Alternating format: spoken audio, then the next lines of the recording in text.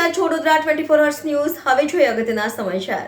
ભગવાન દત્તાત્રેયના ત્રીજા અવતાર શ્રી અક્કલકોટના સ્વામી સમર્થ મહારાજના પ્રાગટ્ય ઉત્સવની સંસ્કારી નગરી વડોદરામાં આસ્થાભેર રીતે ઉજવણી કરવામાં આવી હતી।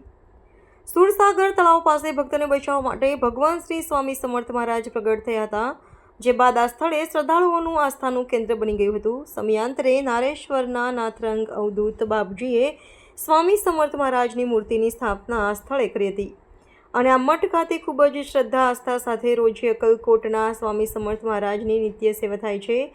આજે તેમના પ્રાગટ્ય ઉત્સવ નિમિત્તે સવારથી જ મંદિરમાં ભક્તોની દર્શનાર્થે ભીડ જોવા મળી હતી।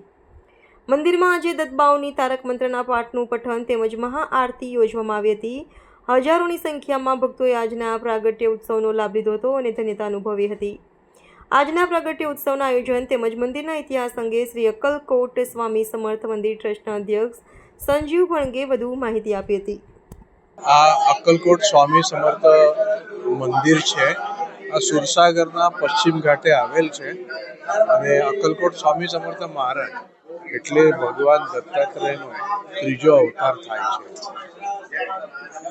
હવે એવી ઘટના બનેલી 1876ની સાલમાં કે અક્કલકોટ મહારાજના ભક્ત વામોરીકર અહીંયા આત્મહત્યા કરવા આવેલા, એટલે મહારાજ એ વખતે 1876માં અક્કલકોટમાં હતા, એમને અહીંયા પ્રગટ થઈને વામન ભવાને બચાવ્યા। ત્યાર પછી નારેશ્વરના સંત શ્રી રંગ અવધૂત મહારાજ એ આ મૂર્તિની 1960માં સ્થાપન કરેલ છે। નારેશ્વરના સંત રંગ અવધૂત મહારાજનું આ એક શ્રદ્ધાસ્થાન અને ભક્તિ સ્થાન હતું। આજે અક્કલકોટ મહારાજનો પ્રાગટ્ય દિવસ છે અને સવારથી આરતી, દત્તભાવની, તારક મંત્ર વગેરેના કાર્યક્રમ થાય છે। સવારથી રાત સુધી લગભગ 10,000 થી 12,000 ભક્તો આવશે એવી આજે ધારણા છે।